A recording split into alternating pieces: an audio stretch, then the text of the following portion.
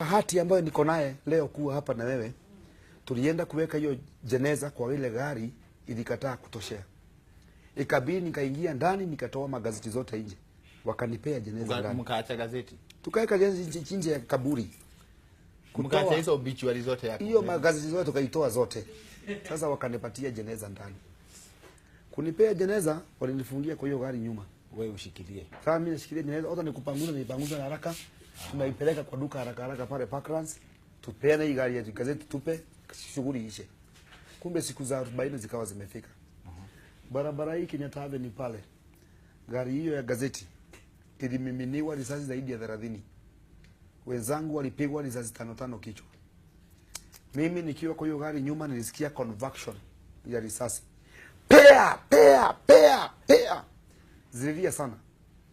Wakati zilinyamaza, nikiwa bado ningali niko hai, jeneza ambao tulikuwa tumeiba ndio iliniokoa. Niliwaza haraka, what next? Unajua si ati tunaogopa kukufa. Kenye tunaogopa kila mtu, nini itaua wewe? Ni gari, ni pokimwi, nini itakuua? Sasa wakati kifo kilikuwa kimeniandama, ilibidi jeneza hii tulikuwa tumeiba. Nikageuka nikaingia ndani faster. Na nika pretend nimekufa, nikakauka nini? Nikaona sijakufa vizuri. Kakata pamba ya kando nikauma hapa. Nikazima roho pa. Kazi ngumu nilikuwa naye ni kukondoa macho injinani. Sasa nikiwa ndani ya jeneza nimetulia. Polisi walidhani wamemaliza kazi yao. Sasa walitoa zile miili, wamepiga risasi, wakatoa ya kwanza wakaweka chini, wakatoa ya pili. Mabeshte zako wenye walikuwa tu sawa wao jamaa wazuri tu. Sasa alitolewa wa kwanza kama ameuawa, katolewa wa pili, katolewa wa tatu. Walipomaliza kuwatoa wale wameua, walifungua nyuma. Sasa mimi nisikia kaka nikakufa ya mwisho pa. Askari kuangalia ndani, walishangaa hakuna gazeti. Nini iko ndani? Wakasema, jeneza ya kazi gani? Sasa wakachanganyikiwa. Wakamwambia askari moja, ingia ndani uangalie imebeba nini hiyo jeneza. Lakini bahati nashukuru Mwenyezi Mungu, askari mwenye aliingia anaitwa Peter Madheka. Nadhani hajawahi patana na maiti ikiwa serious.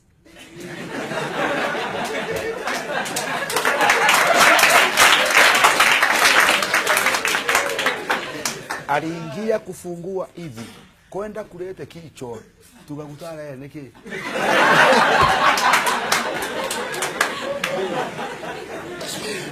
Hakuona, unajua mimi namuona direct. Mimi hata karibu nimuongeleshe, sina ubaya ndugu. Hakuona wewe na hiyo sanduku wa machi. Yeye aliona kitu akashanganyikiwa, akaongesha haya. Kumbe alipotoka akaambia wenzake ndani kuna maiti na inatoa jasho. Maiti ya mtu ndio iko ndani ndio. Walikuwa wanapeleka wapi? Sasa wakachanganyikiwa. Sasa ikatangaza hizi vyombo vya habari, polisi wamefanikiwa kuwaua waizi 3. Walikuwa wamebeba, bado uko hapo kwa Nikonda wameua waizi 3. Walikuwa wamebeba maiti na haijulikani ni ya nani na nia yao na ilikuwa inapelekwa wapi. Alafu sasa walipokatia mjadala ya kujadiliana na maiti yaisha shida kwa barabara na watu wamejaa kuangalia, ilifika kiwango ya kwamba sasa ile maiti itolewe. Sasa ikasemekana ile maiti itolewe kwa gari ya gazeti, ipelekwe moshari, kama kuna complainer waipate moshari. Okay. Sasa wakidhani mimi ni maiti. Nilivutwa mara ya kwanza, mara ingine, wakanibeba juu na nikasikia wamesema kwa Bruno, inua maiti vizuri. Mwingine akasema na ni mzito. Hapo niliposikia maiti ni mzito, dhamiri ikaniambia wacha kusubaa. Hawa ni watu. Na wakiona maiti imeamuka ghafla town, hawa mtaheshimiana.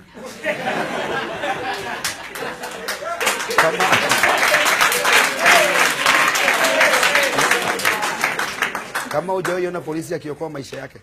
Wenye walikuwa wamenibeba hivi, niligonga jeneza, wakaachilia korami paragachani karibu nene, wakasema shaitani. Polisi mbio, mimi mbio, raia mbio kuondoka. haraka kila mtu. Watu walikuwa wanaenda kila mtu direction yake, Kila ama mtu kuna watu walienda na kila wewe? mtu alienda direction yake. Kwanza nilipochanganyikana na watu nisikie mama moja ameuliza iko nini? Alikuuliza wewe? Mama nisikia ameuliza iko Ukamwambia nini? Nikamwambia wewe uone maiti imeamuka.